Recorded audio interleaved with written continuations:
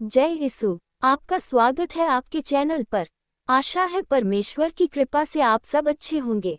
आप सभी से अनुरोध है कि कृपया मेरे वीडियो को लाइक, कमेंट और सब्सक्राइब करें ताकि मैं आपके लिए नया वीडियो ला सकूं। तो आज रात हम उत्पत्ति के 2 अध्याय सुनने जा रहे हैं। चलिए शुरू करते हैं। उत्पत्ति 2 अध्याय। यूं आकाश और पृथ्वी और उनकी सारी सेना का बनाना समाप्त हो गया। और परमेश्वर ने अपना काम जिसे वह करता था 6वें दिन समाप्त किया, और उसने अपने किए हुए सारे काम से 7वें दिन विश्राम किया।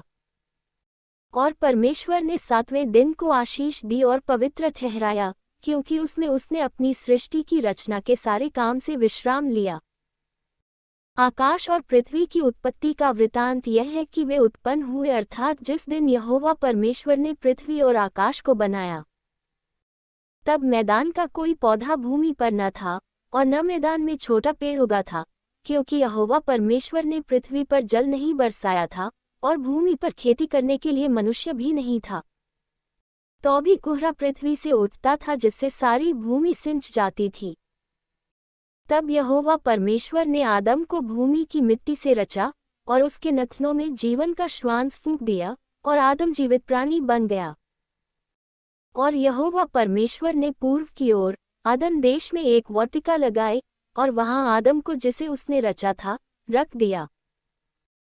और यहोवा परमेश्वर ने भूमि से सब भांति के वृक्ष, जो देखने में मनोहर और जिनके फल खाने में अच्छे हैं, उगाए, और वाटिका के बीच में जीवन के वृक्ष को और भले या बुरे के ज्ञान के वृक्ष को भी लगाया।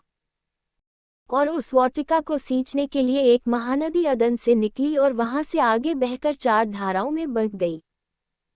पहली धारा का नाम पीशोन है। ये वही है जो हवीला नाम के सारे देश को, जहां सोना मिलता है, घेरे हुए है। उस देश का सोना चोखा होता है, वहां मोती और सुलेमानी पत्थर भी मिलते हैं।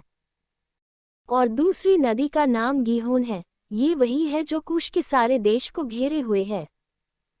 और तीसरी नदी का नाम हिद्देकेल है। ये वही है जो अश्शूर के पूर्व की ओर बहती है। और चौथी नदी का नाम फरात है। तब यहोवा परमेश्वर ने आदम को लेकर अदन की वाटिका में रख दिया, कि वह उसमें काम करे और उसकी रक्षा करे। यहोवा परमेश्वर ने आदम को यह आज्ञा दी, तू वाटिका के सब वृक्षों का फल बिना खटके खा सकता है, पर भले या बुरे के ज्ञान का जो वृक्ष है, उसका फल तू कभी न खाना, क्योंकि जिस दिन तू उसका फल खाएगा उसी दिन अवश्य मर जाएगा। फिर यहोवा परमेश्वर ने कहा, आदम का अकेला रहना अच्छा नहीं, मैं उसके लिए एक ऐसा सहायक बनाऊंगा जो उससे मेल खाए।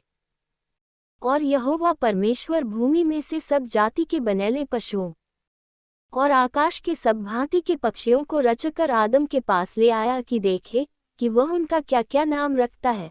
और जिस जिस जीवित प्राणी का जो जो नाम आदम ने रखा, वही उसका नाम हो गया। अतः आदम ने सब जाति के घरेलू पशुओं और आकाश के पक्षियों और सब जाति के बनेले पशुओं के नाम रखे, परंतु आदम के लिए कोई ऐसा सहायक न मिला जो उससे मेल खा सके। तब यहोवा परमेश्वर ने आदम को भारी नींद में डाल दिया, और जब वह सो गया तब उसने उसकी एक पसली निकालकर उसकी जगह मांस भर दिया। और यहोवा परमेश्वर ने उस पसली को जो उसने आदम में से निकाली थी स्त्री बना दिया, और उसको आदम के पास ले आया। और आदम ने कहा, अब यह मेरी हड्डियों में की हड्डी और मेरे मांस में का मांस है, इसलिए इसका नाम नारी होगा, क्योंकि यह नर में से निकाली गई है। इस कारण पुरुष अपने माता पिता को छोड़कर अपनी पत्नी से मिला रहेगा, और वे एक ही तन बने रहेंगे। और आदम और उसकी पत्नी दोनों नंगे थे, पर लजाते न थे। अभी के लिए बस इतना ही। कल मिलते हैं अगले अध्याय के साथ। तब तक के लिए शुभ रात्रि, और परमेश्वर आप सभी को आशीष दे।